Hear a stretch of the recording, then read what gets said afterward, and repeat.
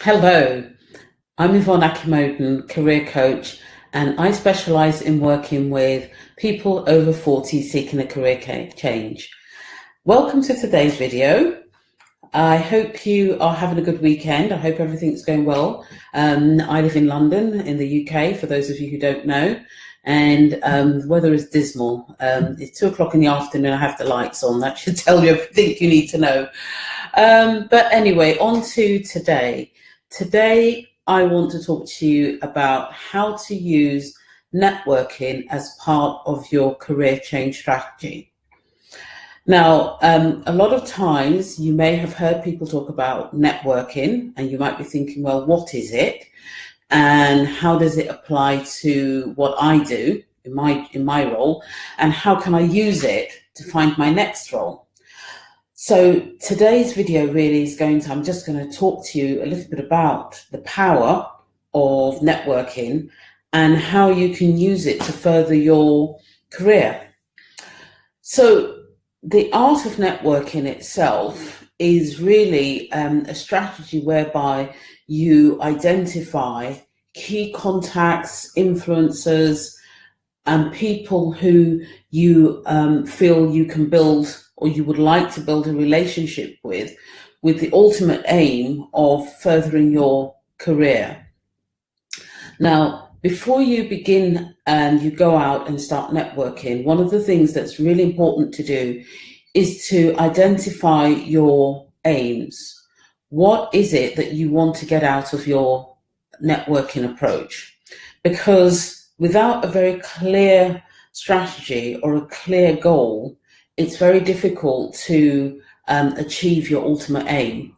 So if you are taking a very long-term view, which most people who network are, you might be saying, well, for now, it's about me understanding who are the people out there who are within a particular industry. So that might be all you're looking to do. For other people, it might be much more specific than that. And it may be that your goal is that you want to network with people in a very specific industry with the ultimate aim of being able to work in that sector. So understanding what your goals are and why you want to network is really crucial, because it will help you when you ultimately go out and network. The other thing to say about networking is that networking itself is a means to an end. It's not an end in of itself. And what do I mean by that? What I mean is that when you start to network, your ultimate aim may be that you're looking to find another job, but that cannot be the thing that leads you when you start networking. People by people. People need to feel that they are talking to someone who has a genuine interest in them, rather than feeling that you're approaching them because you're looking for what they can do for you. And also, the other thing about networking is that sometimes the person that you are speaking to is not the person who will be able to find your future role. So when you approach somebody as part of a networking strategy, it's really important that your approach isn't simply, I'm looking for this person to find me my next career opportunity.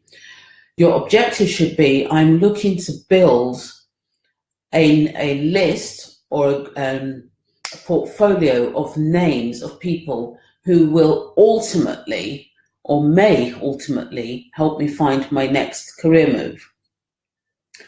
One of the other beautiful things about networking is that sometimes the person that you network with is not the person who will find you your next role, but they may know somebody. So it's about you leveraging that contact, and perhaps in time, that person will know somebody else who might be the one who ultimately finds you your next role. I network with people, as you might expect. And when I do that, what I do is I network with people, and sometimes when I get the opportunity with the people that I network with, it may be that we just connect and we exchange emails from time to time. And sometimes it can take months, it may be even years before that relationship bears fruit.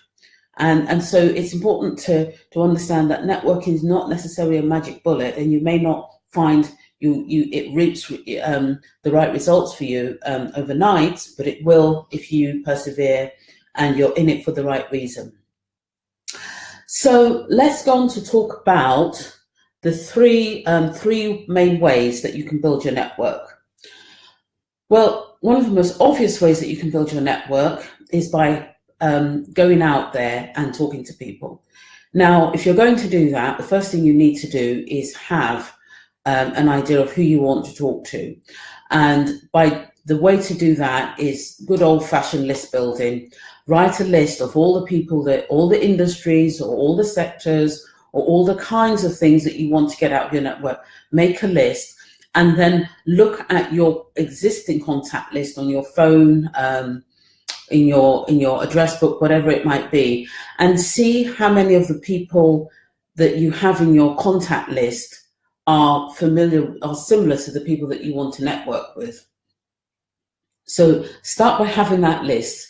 The next thing that you then want to do is identify how are you going to go out there and find them.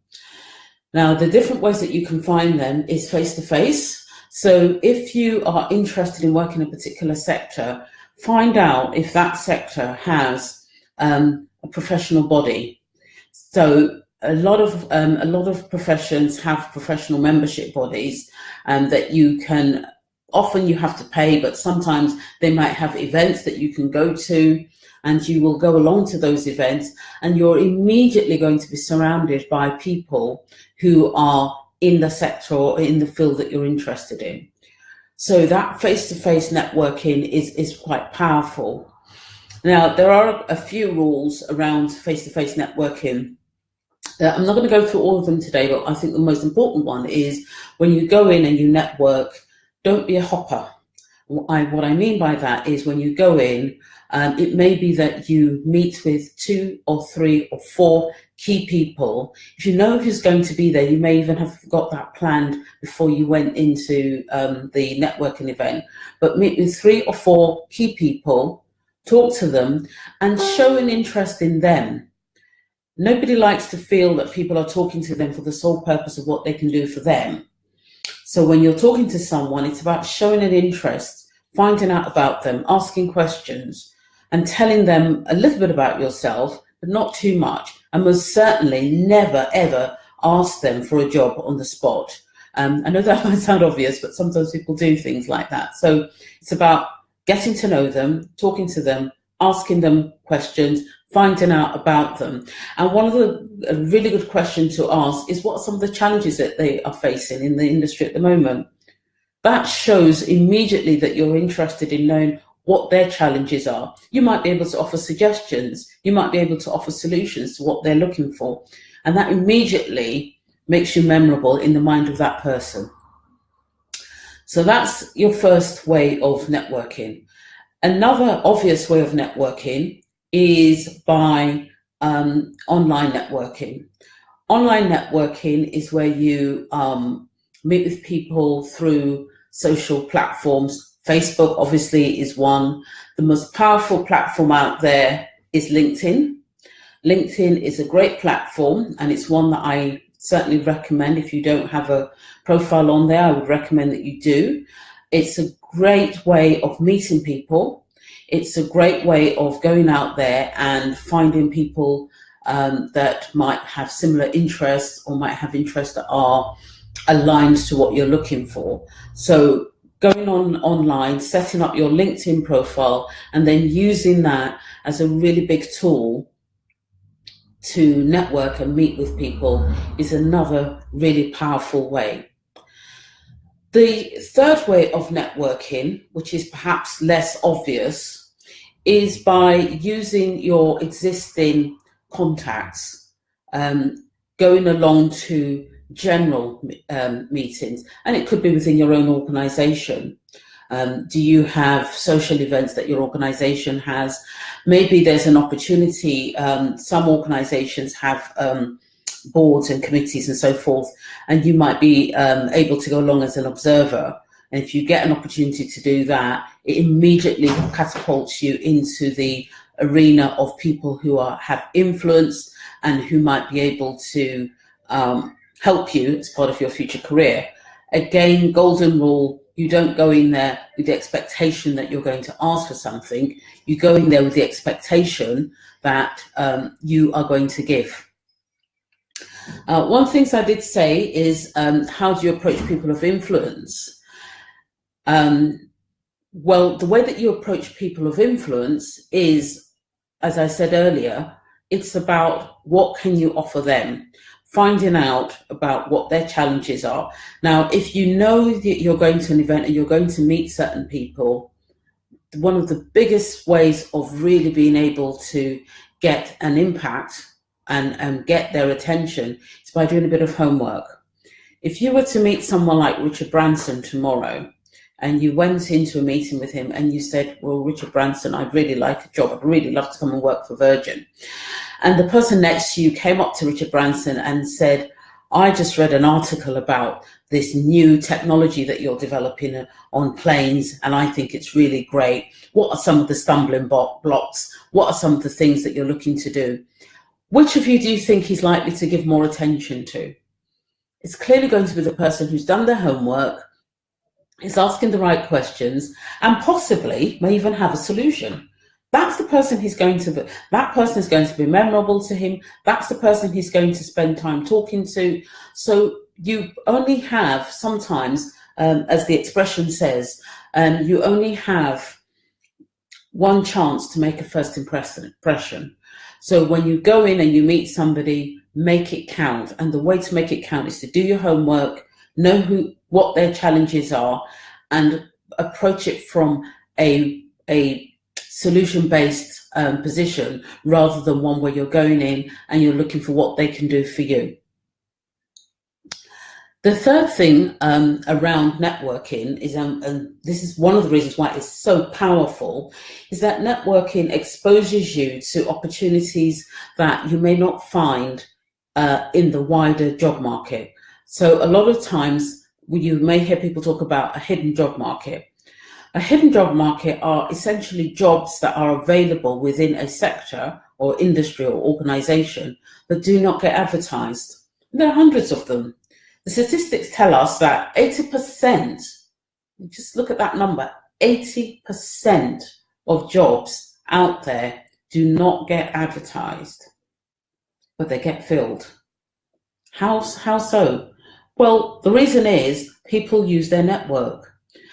A lot of organizations encourage their staff to have what they call employee referral programs, which essentially means that employees within the organization are mini job hunters. They are headhunters, and part of what they do is go out and talk to their connections and use their connections to encourage them to come and work for their organization. As part of the referral program, what the company is likely to do is maybe have a small reward that they might give to that person if they're able to go use their connections to find somebody. So if you are connected with somebody in an organization that you are interested in, the chances are when a vacancy comes up, they're likely to give you a call or send you an email or what have you. That job may never get advertised, but the fact that they know you and they know that you have particular skill sets and you might be interested, it gets you through the door. And the fact that it's a person-to-person relationship is far more powerful. People buy people. People like to work with people they know and like. It's far easier than going out and advertising for a job and recruiting somebody you don't know. You don't know what they're capable of. You don't have any background on them. They're a complete stranger to you. Organizations obviously do that because they have no choice a lot of the times, but it's never their preferred method. Their preferred method is to recruit somebody who has an inside track, who is known. So networking is one of the most powerful and easiest ways of you getting your foot in the door of an organization that you want to work for. So let's just recap. So there are the three things that you need to do or 3 ways rather that you can connect and make sure that you're networking. You do offline, online, and you use your internal networking system for any organization that you're working with. The second that we talked about is how to approach people of influence, and it's about giving rather than just expecting them to give back to you. And the third thing is about finding the hidden job market. So that's it for today. Happy Career Saturday. I hope you've enjoyed this video. And if you are interested in knowing more about career change, especially if you're over 40 and you'd like to know more about career change, please join our Facebook group. I have put the link at the bottom of this video. We'd love to have you there. I look forward to hearing from you all. Do come along, ask your questions, and I will do my best to answer them. So thank you. Enjoy the rest of your Saturday, and I hope it's a delightful one for you. Thank you very much.